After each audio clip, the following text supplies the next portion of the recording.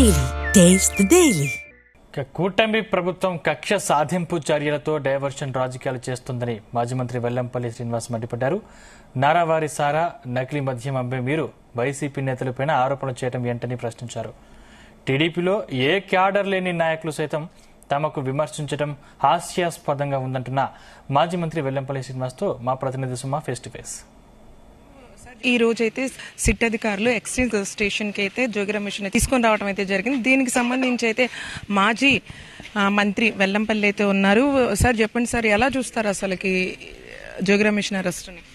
ఇది కుట్రపూరితంగా జోగి రమేష్ గారిని ఈ కేసులో ఇరికించాలని చెప్పని, ఏదైతే కల్తీ మద్యం కేసులో రాష్ట్ర వ్యాప్తంగా కూడా ప్రభుత్వం మీద ప్రజలకి కల్తీ మద్యం గురించి కూడా పూర్తిగా అర్థమైంది.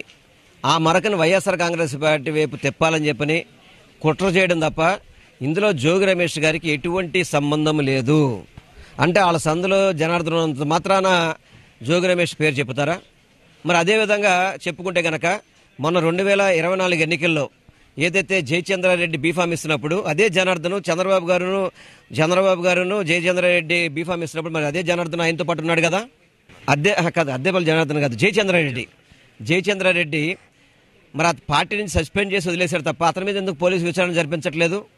అతని ఎఫిడవిట్లో కూడా నాకు డిస్టిలరీస్ ఉన్నాయని చెప్పి అనౌన్స్ చేసినప్పుడు మరి అతని మీద ఎందుకు చర్యలు తీసుకోవట్లేదు?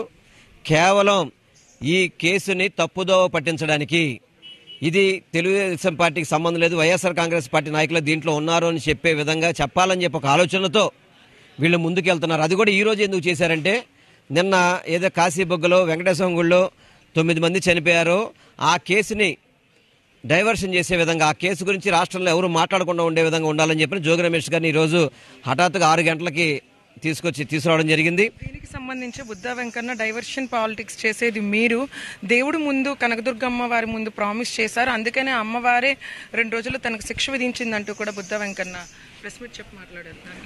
ఇప్పుడు బుద్ధా వెంకన్న అమ్మవారి పాదాల కిందే ఉంటాడు, నోరు తెరిస్తే పచ్చి అబద్ధాలు, సైకిల్ బెల్లులు దొంగ.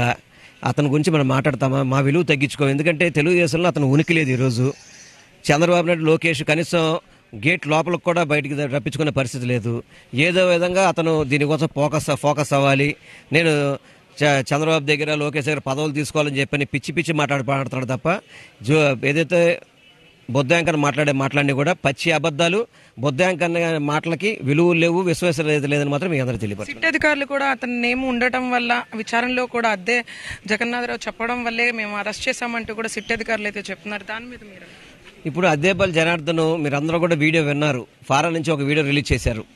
మరి ఆ వీడియోలో జోగి రమేష్ గారి పేరు ఎందుకు చెప్పలేదు? విజయవాడ ఎయిర్పోర్ట్కి వచ్చిన తర్వాత పోలీసు ఆధీనంలోకి వెళ్ళిన తర్వాత ఇంకొక వీడియో ఎలా బయటకు వచ్చింది? ఇంకో వీడియో ఎందుకు బయటకు వచ్చిందంటున్నా.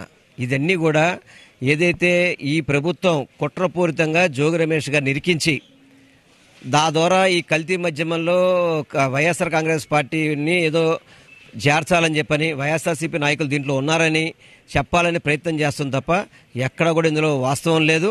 ఇవన్నీ కూడా అవాస్తవాలు. తప్పకుండా జోగి రమేష్ అనే వ్యక్తి నిర్దోషిగా బయటకు వస్తాడు.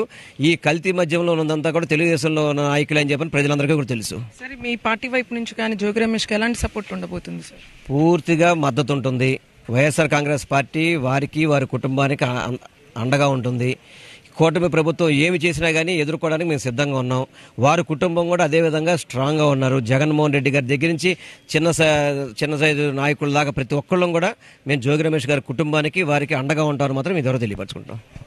వైసీపీ పార్టీ తరపు నుంచి మాత్రం కంపల్సరీగా మాదైతే జోగి రమేష్ వైపు అయితే ఉంటుంది. పార్టీ ఎప్పుడు కూడా అతనికి మద్దతు అయితే ఇస్తుందంటూ కూడా మాజీ మంత్రి వెల్లంపల్లి చెప్తున్న పరిస్థితి నెలకొంది. కెమెరామెన్ మహేష్తో సుమా Upender, G Telugu news, Vijayawada, Guru Nanak colony.